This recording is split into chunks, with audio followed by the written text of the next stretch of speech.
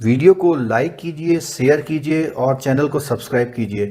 Latest video notifications के लिए bell icon press कीजिए। बैंकिंग इंडस्ट्री डिपॉजिट से शुरू होती है, एडवांस तक जाती है, उसके साथ में बैंक सर्विसेज का बिजनेस करता है, मिसलिनियस सर्विसेज आपको प्रोवाइड करता है। तो इसको हम हेडिंग दे रहे हैं प्रोडक्ट। क्या दे रहे हैं? प्रोडक्ट। अच्छा, प्रोडक्ट कितने तरह के होते हैं? या तो क्या होते हैं प्रोडक्ट, और या क्या होती है? ये सुना है कभी? तो kind of goods which are intangible kind of things, देख सकते हैं, छू सकते हैं, और सर्विसेज सर्विस देना। ठीक है, तो बैंक के जो प्रोडक्ट्स हैं वो गुड्स ना हो करके क्या है? सर्विसेज है। ठीक है, तो सर्विसेज में पहला सर्विस क्या करता है bank? Accept deposit, lend advances and miscellaneous services. इस डिपॉजिट को बैंक अपने वहाँ क्या बोलते हैं? लायबिलिटी बोलते हैं। बैंक पैसा लेके खुश नहीं होते, लेकिन मजबूरी में लेते हैं। क्यों? कि पैसा देंगे कहाँ से, और जब देते हैं तो खुश होते हैं। ये नाम उल्टे लगते हैं पूछने पर। ऐसा डिपॉजिट लायबिलिटी कैसे हो सकता है? क्योंकि भैया उन्होंने आपसे पैसा ले रखा है और 2 साल 1 साल जितना कॉन्ट्रैक्ट होगा उनको वापस करना है। करंट अकाउंट में विदाउट इंटरेस्ट तो जरूरी नहीं है। ठीक है, ठीक है। अच्छा, एसेट्स, लोन बांटना, और सर्विसेज। ठीक है, तो सबसे पहले हम बताएं लायबिलिटी। लायबिलिटी 2 तरह की होती हैं, 1 and 2। 1 इज काइंड ऑफ, सीधा क्वेश्चन बन रहा है यहाँ जो मैं अब लिख रहा हूँ, डिमांड काइंड ऑफ लायबिलिटी, और दूसरी ओर टर्म या टाइम लायबिलिटी। कितनी तरह की लायबिलिटी होगी? 2 तरह। यानी डिपॉजिट के अकाउंट्स 2 तरह के। ठीक है, हाँ वही डिपॉजिट। अब डिमांड में 2 तरह के आते हैं।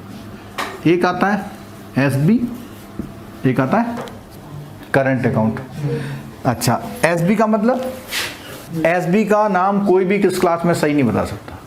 एसबी अकाउंट फुल फॉर्म बता दो चलो। अरे गलत वाली बता दो चलो, फिर मैं सेविंग बैंक अकाउंट। सही बोला इन्होंने?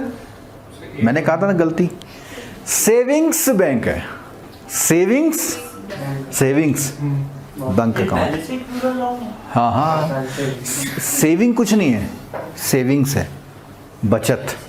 हिंदी में क्या बोलते हैं उसे? बचत बैंक खाता बोलते हैं, तो इसीलिए तो बोलते हैं बचत मीन्स सेविंग। अगर हम उसमें एस नहीं लगाएंगे तो वो क्या हो जाएगी? वर्ब हो जाएगी। फिर वो उसको क्या बनाने के लिए?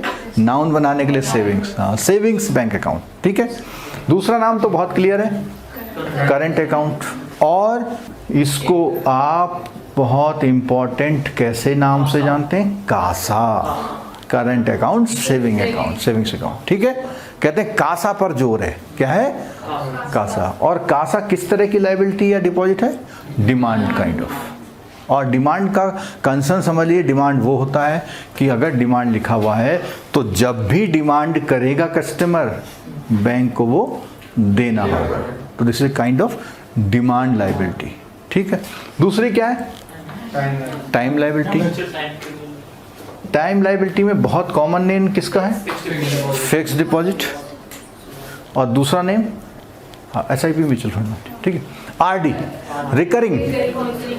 ठीक है, आवर्ती जमा योजना और मियादी, इसको बोलते हैं मियाद। टर्म माने मियाद, मियाद माने समय। उर्दू वर्ड? हाँ मियाद, हाँ बिल्कुल उर्दू वर्ड है। एफडी में फिक्स डिपॉजिट। ठीक है, अब समझ गए? तो बैंकों में लायबिलिटी 2 तरह की, डिमांड लायबिलिटी, डिमांड में सेविंग और करंट आता है, और इसमें जब कस्टमर मांगेगा तब देना पड़ेगा। और टाइम वाली में जो टाइम बैंक ने लिख के दिया होगा भैया 4 साल बाद आना, 4 साल। लेकिन अभी आरबीआई ने क्या कहा, कोई अगर मांगता है तो देंगे, लेकिन वो इंटरेस्ट को कम करके दे सकता है। ठीक है, वो प्री मैच्योर करके, इसको बोलते हैं प्री मैच्योर पेमेंट। ठीक है, इनकैश कराना। ठीक है, एफडी। और ये जो एफडी लिखा है या आरडी लिखा हुआ है, बैंकों ने इन प्रोडक्ट्स के नाम अपनी अपनी भाषा में अपने बैंकों के हिसाब से, जैसे मान लिया कोई एफडी है, यूको बैंक है, उसने कहा यूको स्टार एफडी, कुछ भी नाम दे दिया उसको। ठीक है, अगर आपने कभी सुना हो मोड्स, किसी ने सुना? मल्टी ऑप्शन डिपॉजिट स्कीम, तो काइंड ऑफ क्या होती है वो? लेकिन उस एफडी में एक फैसिलिटी होती है, आप बिना बैंक जाए एटीएम से निकालो।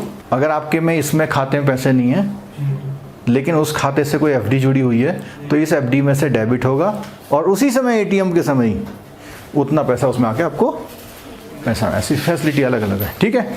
अच्छा, अब देखो इसमें एक वर्ड और आ गया, मैंने लिखा DTL, ये बहुत पूछा जाता है आपके एग्जाम में। हाँ, डिमांड एंड टाइम लायबिलिटी, ठीक है। लेकिन क्वेश्चन आता है NDTL, क्या आता है? N का मतलब है नेट, N का मतलब है, और नेट और ग्रॉस आपको पता है, ग्रॉस कोई चीज़ है उसमें से कुछ चीज़ हटा दो तो नेट बनती है। तो पूरी बैंक की जो DTL है उसमें से कुछ चीज़ें अगर हटा दी जाएं तो क्या बोलता है? NDTL बनता है। तो this is all about the basic things of deposit और लायबिलिटी। अब ऐसी बात हम किसकी करेंगे? एसेट्स में करेंगे। तो एसेट्स में भी दो ही तरह के एसेट्स होते हैं, डिमांड और टाइम, टर्म, डिमांड और टर्म, ठीक है। तो अगर हम इसकी बात करें, करंट अकाउंट OD और CCOD, ये दो होते हैं बेसिक। करंट अकाउंट OD मतलब ओवरड्राफ्ट, ओवरड्राफ्ट का मतलब होता है एक लिमिट से ऊपर ले लेना, ठीक है। हाँ, credit card is a kind of overdraft limit, ठीक है।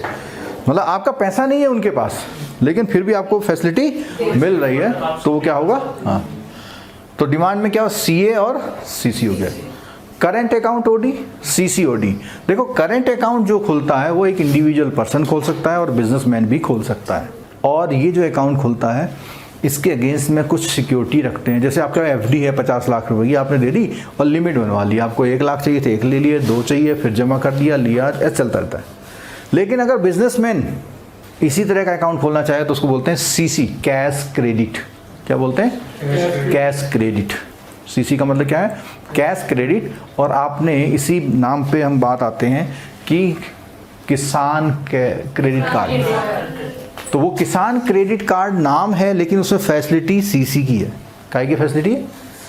ये CC का मतलब है अपने बिजनेस या एग्रीकल्चर काम के लिए पैसा लेना, बिजनेस करने के बाद जो पैसा आया वो उसमें जमा करना, ठीक है। अच्छा, अगर हम टर्म की बात करें, इसमें डिमांड में एक और होती है DL। DL का मतलब डिमांड लोन। क्या मिला है? डिमांड लोन मिला है। क्या मिला है? डिमांड लोन, ठीक है। और टर्म की अगर बात करें तो इसमें आता है फिर टर्म लोन। क्या आता है? Term loan, term loan. और टर्म माने, जैसा नाम है, टर्म माने समय, अवधि। तो अब ये टर्म के हिसाब से 3 कैटेगरी होती हैं। कौन सी? EMI कंपोनेंट है इसका, बताता हूं मैं आपको। टर्म के हिसाब से देखो, या तो कैसा होगा? शॉर्ट, या कैसा होगा? मीडियम या लॉन्ग। शॉर्ट, मीडियम और लॉन्ग। तो कितने तरह के हो गए एडवांस इसमें लोन्स में? टर्म लोन में short term loan, medium term loan और शॉर्ट टर्म लोन अधिकतर 1 से 3 साल की बात होती है, 3 से 5 और मोर देन 5 ईयर, ठीक है। अच्छा, अगर मैं आपसे बात करूं पर्सनल लोन, तो पर्सनल लोन क्योंकि एसेट है, लोन है, तो इसमें से कहाँ आएगा personal loan? Medium term loan. अधिकतर पर्सनल लोन 3 से 5 साल तक मिलते हैं, तो आप बोलोगे भाई this is a kind of medium term loan, ठीक है। और टर्म लोन जो होते हैं, बैंक टर्म लोन को, जैसे यहाँ FD की बात आई थी, बैंक टर्म लोन, आपने बैंक से टर्म लोन ले लिया 6 साल का, और बैंक दो दिन बाद चिट्ठी भेज रहा मेरा पूरा पैसा वापस कर दो। आप तो बड़ी सब पैसे की गाड़ी ले आए, अब कैसे वापस करोगे? नहीं कह सकता बैंक ऐसा। बैंक ऐसा कभी नहीं कह सकता, एक शर्त में कह सकता है, अगर आपने उसकी पहली EMI या कोई सी भी EMI नहीं दी तो कहे भैया ना ना ना मेरा पैसा पूरा कर दो वापस, अब मैं नहीं 5 साल तक इंतजार करूंगा, तुम तो ऐसे ही करते रहोगे। तो जिसका कैसा मतलब वापस ले लिया तो कैसे करेगा वो पेमेंट? क्योंकि अगर वो बेचेगा भी उस एसेट्स को तो उसको नहीं, वो तो नहीं दे पाएगा, लेकिन बैंक उसका सामान उठा ले आएगा। और रिकवरी करेगा सर। हाँ। ऐसा भी कभी एसेट रिकंस्ट्रक्शन। हाँ हाँ, यही चीज़ है। क्योंकि डेप्रिसिएशन लगता है फिक्स एसेट्स पे, हाँ। तो अब जो उसकी वैल्यू है वो तो उसकी डिक्रीज होगी। उतनी तो लेगा, उसके बाद फिर नोटिस भेजेगा कि अभी 2 लाख रुपए और बकाया। फिर अभी हमने पढ़ा रिकवरी एक्ट पढ़े, अगर नहीं होगा तो फिर चिट्ठी भेजेगा, नहीं होगा तो फिर केस डालेगा, वो जो भी काम कर सकता वो करेगा बैंक। ठीक है, और इस काम में प्राइवेट कंपनी बहुत माहिर होती है, सरकारी बैंक तो लिहाज कर जाते हैं। ठीक है, क्लियर हो गई बात। तो ये है प्रोडक्ट किसके। अच्छा, ये जो एडवांसेस के प्रोडक्ट हैं, इसका एक और परव्यू है। सर एजुकेशन लोन जो है, मैं वही करना चाहता अभी कि प्रोडक्ट के नेम, अभी ये क्या करा हमने, टाइम के हिसाब से लोन को बांटा, डिपॉजिट को बांटा। अब नेम की जब बात आती है तो सिंपल बात कहते हैं कार लोन, क्या बोलते हैं, और कार लोन को हम प्रोमिनेंटली व्हीकल लोन बोल दें, कोई दिक्कत तो नहीं है, व्हीकल लोन। अब व्हीकल लोन में क्या होता है भैया, कार का लोन भी होता है, मोटरसाइकिल का भी होता है, और ट्रक बस का भी होता है, जहाज़ों का भी होता है, बोइंग का भी होता है, हेलीकॉप्टर का भी होता है। तो सारे काइंड ऑफ टर्म लोन है। पहली बात क्या है, सारे काइंड ऑफ, और वो डिपेंड करता है किस चीज़ के लिए लिया गया, उसके हिसाब से उसका पीरियड होगा। Tractor loan is a kind of term loan. ठीक है, टर्म लोन वो होता है जिसमें एक समय पीरियड होता है और उसकी किस्तें बनती हैं, क्या होती है उसकी, और उन किस्तों को आम तौर पर हम लोग EMI बोलते हैं। EMI की फुल फॉर्म, इंस्टॉलमेंट है अरे लास्ट वाला तो इक्वेटेड, मतलब ऐसी कैलकुलेशन करी कि ब्याज भी आ जाए, मूल भी आ जाए, लेकिन वो किस्तें बराबर आए हर महीने। ठीक है, किसी ने 10 लाख का लोन ले लिया, उसको 1 साल में पूरा करना है, हर महीने की किस्त बांध दी। ठीक है, ऐसा करते हैं 12 लाख का लोन ले लिया, कितने का, 12 लाख का लोन ले लिया, और 12 महीने की किस्तें देनी है, तो 1 महीने की किस्त कितनी पड़ेगी, 1 लाख।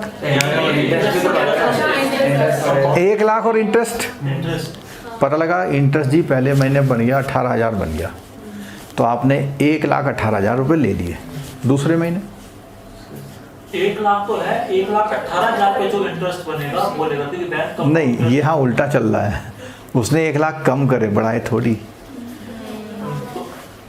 अरे 9 ही लाख रह गए, 9 लाख पे एक तो किस्त आ गई, मतलब 12 लाख, सॉरी, उसकी 1 लाख तो किस्त बनाई दी, पक्की बना दी उसने, लेकिन पहली बार तो 18,000 पड़ा, दूसरी बार ब्याज कम पड़ेगा, तो दूसरी बार 1,17,000, तो वो फिर EMI नहीं हुआ, फिर वो तो अलग हो जाता है। वो अलग हो गया। वो तो कहा कि हर महीने का इंटरेस्ट और ब्याज देना है। EMI में ऐसा कैलकुलेशन होता है कि उसकी वो 1,18,000 ना बना के बनाएगा 1,16,000 समथिंग। तो पहले में क्या होगा, वो इंटरेस्ट कम, मतलब कम पोर्शन लिया उसने, ज़्यादा लगा कम लिया। अगले बार में क्या होगा, बराबर लगा बराबर लिया, उससे अगले बार में क्या हुआ, कम लगा ज़्यादा, मतलब इस तरह का वो सेटलमेंट होके लास्ट में 0। जैसे ही आखिरी किस्त जमा करने जाएगा तो उसकी किस्त 0। इन शॉर्ट, अगर इंस्टॉलमेंट को इस तरीके से डिवाइड किया है ताकि उसमें इंटरेस्ट भी ऐड हो और वो हर मंथ बराबर, हाँ हाँ हाँ, ऐसा ही फॉर्मूला है इसका, एक EMI का फॉर्मूला है। बहुत कॉमन सेंस की बात बताता हूँ। पहले महीने कितना लगा ब्याज, 18,000। लास्ट महीने कितना लगेगा, बहुत कम लगेगा। क्यों, क्यों, लास्ट महीने में तो 1 ही लाख पे लगेगा। समझ में आ रही बात। तो लास्ट वाली किस्त का भी ध्यान रखना है उसने। तो लास्ट वाली बनी, पता लगा 4,000 बना, कितना बना, तो 1,04,000 की किस्त बनाएगा नहीं, अगर 1,04,000 की बनाएगा तो यहाँ ज़्यादा पड़ने लग जाएगा, तो उसको बैलेंस करता है वो। ठीक है, तो इक्वेटेड मंथली इंस्टॉलमेंट, और ये इक्वेटेड मंथली है, इक्वेटेड हाफ ईयरली भी हो सकती है, इक्वेटेड क्वार्टरली भी हो सकती है, इक्वेटेड ईयरली भी हो सकती है। इसको बोलते हैं रिपेमेंट प्रोग्राम। क्या बोलते हैं, अदायगी। और रिपेमेंट को अंग्रेजी में बोलते हैं एमोर्टाइजेशन। क्या बोलते हैं, एमोर्टाइजेशन शेड्यूल। एमोर्ट का मतलब क्या होता है, खत्म हो जाना। हाँ, एमोर्टाइजेशन का मतलब क्या है, खत्म हो जाना, कि वो कब जाके 0। मोर्टल सुना, इमोर्टल मॉर्टल, तो मोर्टल माने क्या होता है? जिंदा। एमोर्ट तो जो खत्म हो सकता है। हाँ, खत्म हो सकता है, लेकिन एमोर्ट माने मतलब अब खत्म, कहानी सब कुछ खत्म, ठीक है। तो एमोर्टाइजेशन शेड्यूल बोलते हैं उसको, ठीक हो गया। अच्छा, अभी जैसे व्हीकल लोन की बात करी, इसी तरह का अगर पर्सनल लोन होगा तो वो भी short term, mid term, long term हो सकता है। इसी तरह का कंज्यूमर लोन, ठीक है, एजुकेशन लोन, हाउस लोन, और जब आप घूमने जाते हैं उसका भी लोन मिलता है, मेडिकल ट्रीटमेंट के लिए लोन, ये सब क्या है? लोन्स है, लेकिन कैटेगरी उनकी फिर वही होगी, उसमें ईएमआई होगा, ये होगा, वो होगा, ठीक है। बात समझ आ गई? अगर यही बात करें किसान के लिए ट्रैक्टर लोन लेना है तो this is again kind of term loan, उसमें ईएमआई 6-6 महीने की फसल के हिसाब से होती है, जैसी उनकी इनकम होगी, ठीक है। किसान को फसल के लिए लोन लेना तो केसीसी हो गया, किसान क्रेडिट कार्ड हो गया, ठीक है। आप लोगों को गोल्ड के अगेंस्ट लोन लेना तो वो कौन सा लोन होगा? गोल्ड लोन होगा। कौन सा होगा? और तो वो टर्म लोन होगा या डिमांड लोन होगा? देखो, अधिकतर सिक्योरिटी के अगेंस्ट जो लोन होते हैं अधिकतर डिमांड लोन होते हैं। क्या होते हैं? क्योंकि आपने गोल्ड दे दिया,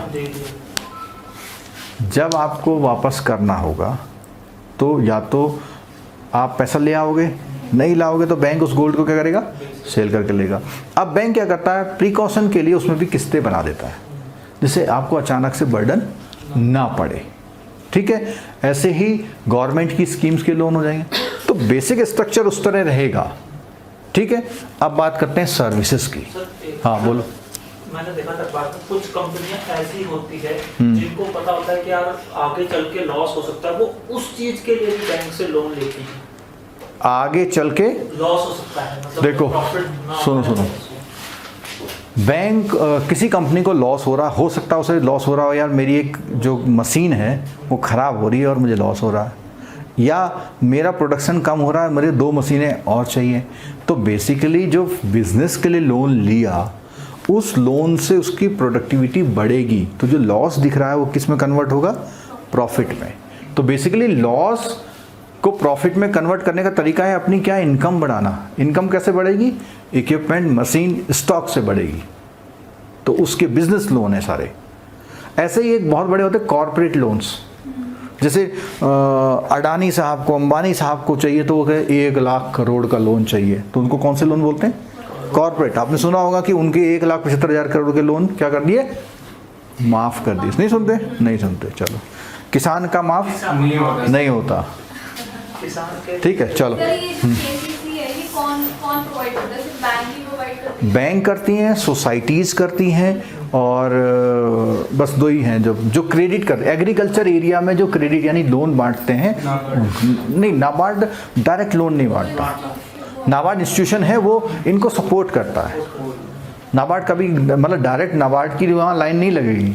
नाबार्ड में बैंक लेते हैं नाबार्ड से, और बैंक या सोसाइटी फिर आगे बांटती है, ठीक है। अच्छा, सर्विसेज से बात करते हैं, बहुत अच्छा पॉइंट आएंगे इसमें। क्या क्या बैंक सर्विसेज प्रोवाइड कराता है? बिल्कुल ठीक है, लॉकर है। आप लॉकर ही ज़्यादा इस्तेमाल करते हैं। चलो, हाँ, और बताइए। सोचिए, अपना एरेना पूरा खोल के बैठिए क्लास में, जो पूछना है पूछिए। जैसे अभी इसकी बात है, इससे बारे में कुछ भी पूछिए। एटीएम सर्विसेज बिल्कुल ठीक है, चैनल सर्विसेज बोलते हैं। इंटरनेट है, यूपीआई, इसको बोलते हैं यूपीआई को रेमिटेंस। क्या बोलते हैं? रेमिटेंस। ये सारी सर्विसेज रेमिटेंस में आती हैं, जिसमें हमारा एनईएफटी, आरटीजीएस और ये सारे जो आजकल चल रहे हैं भीम वगैरह, ये सारे आईएमपीएस बोलते हैं, आईएमपीएस। हाँ, ठीक है, इसके बारे में वैसे कभी अलग से करेंगे, लेकिन अभी बेसिक लेके चल रहे हैं हम लोग, ठीक है। क्लियर हो गई बात? आरटीजीएस, एनईएफटी, ये सर्विसेज, और ये तीनों सर्विसेज जो हैं एक बैंक से दूसरे बैंक के ट्रांसफ़र है, सेम बैंक की ट्रांसफ़र नहीं है। वो तो बैंक अपने नॉर्मल कराता ही है, लेकिन दूसरे बैंक में भेजने का सिस्टम है इसका, ठीक है। और इसके अलावा रेमिटेंस के अलावा बताइए। सर, आईएमपीएस की क्या है? क्या है बोलो? आईएमपीएस मेरे ख्याल से इमीडिएट तो नहीं है, पेमेंट सर्विस तो है, इमीडिएट पेमेंट सर्विस है, ठीक है। Draft is a kind of remittance, लेकिन ये क्या पेपर टाइप का है, ड्राफ्ट या पे ऑर्डर या बैंकर चेक से पेमेंट। रेमिटेंस का रेमिटेंस रेमिट करना, ट्रांसफर। ठीक है। जैसे अगर अंग्रेजी में आपका पैराग्राफ आ जाता है, उसमें कहते हैं ना कि अप्रोप्रिएट वर्ड हटाओ या लगाओ, तो उन्होंने कहा Ram want to send 2000 rupees to his brother, तो वहाँ पे सेंड नहीं आएगा, वांट टू रेमिट आएगा। सेंड सामान होता है, सामान को सेंड कर सकते हैं, पैसे को भेजना मीन्स रेमिट करना। तो ऐसे टेक्निकल वर्ड होते हैं किसी के लिए बने हुए हैं। जैसे मैं आपको नॉलेज दे रहा हूँ, I am giving you knowledge, इसमें कोई गलती है? नहीं होगा, क्या आएगा फिर? इम्पार्टिंग। हाँ, नॉलेज इज ऑलवेज इम्पार्टेड, ठीक है। कभी आपने हमारा लोगो देखा, हाँ, देखा, पढ़ा, उसके अंदर 2 लाइन लिख, 2 वर्ड तुम्हारे पीछे लिखा हुआ, देखो knowledge itself is power. Empowerment in future. Imparting future, Imparting. ठीक है। तो नॉलेज, ज्ञान जो होता है वो इम्पार्ट होता है, गिव और टेक नहीं होता, ठीक है। तो ऐसे कुछ वर्ड होते हैं जो प्रॉपर बने होते हैं, जब आपके पैराग्राफ में आती है ना, तो ये चीज़ें काम आती हैं वहाँ पे कि यहाँ मिस्टेक है, ठीक। हाँ, ठीक, ठीक हो गया। अच्छा, और क्या सर्विस देता है? ये तो बहुत कॉमन सर्विसेज हैं। कंसल्टेंसी, बैंक क्या करता है? कंसल्टेंसी। जो फर्म लॉस में जा रही हैं वो अपनी कंसल्टेंसी करा सकती है बैंकों से। क्यों? बैंक के पास स्टाफ होता है, जो लर्नेड लोग होते हैं उनको हायर किया हुआ होता है, वो उस प्रोजेक्ट को संभालते हैं, बताते हैं भैया तुम ये जो यहाँ से सामान मंगा रहे हो, 4 दिन चेन्नई में रुकता है, 5 दिन वहाँ रुकता है, अगर तुम इसको सीधे मंगाओ ये कमी वो कमी, बैलेंस शीट एनालिसिस वगैरह। पोर्टफोलियो मैनेजमेंट, पोर्टफोलियो, अब पोर्टफोलियो मैनेजमेंट की बात आई तो क्या पोर्टफोलियो होता है? आपका फाइनेंशियल, जैसे पॉलिटिकल पोर्टफोलियो होता है किसी का, तो फाइनेंशियल में जो जो है, लेनदारी देनदारी, फ्यूचर, पास्ट, प्रेजेंट, इनकम, इनका मैनेजमेंट करना, ठीक है। और उसमें क्या करता है कि आपको अगर 10 साल बाद घर खरीदना है तो कैसे करना चाहिए, 10 साल बाद आप घर कैसे खरीद सकते हैं, वो प्लानिंग करना, ठीक है। कंसल्टेंसी। और चैनल पार्टनर, चैनल पार्टनर में क्या होता है कि आपके जो आपके सब डीलर हैं या वो हैं, उनके बीच में कोऑर्डिनेशन वगैरह करना, ये भी बैंक करता है, ठीक है। सर एमोर्टाइजेशन भी सर्विस में आएगा? एमोर्टाइजेशन तो एक इंसिडेंट है, लोन में एमोर्टाइजेशन होता है, उसमें कहते हैं रिकवरी एजेंट। लीगल कंसल्टेंसी भी देता है बैंक, क्या है? लीगल कंसल्टेंसी भी देता है।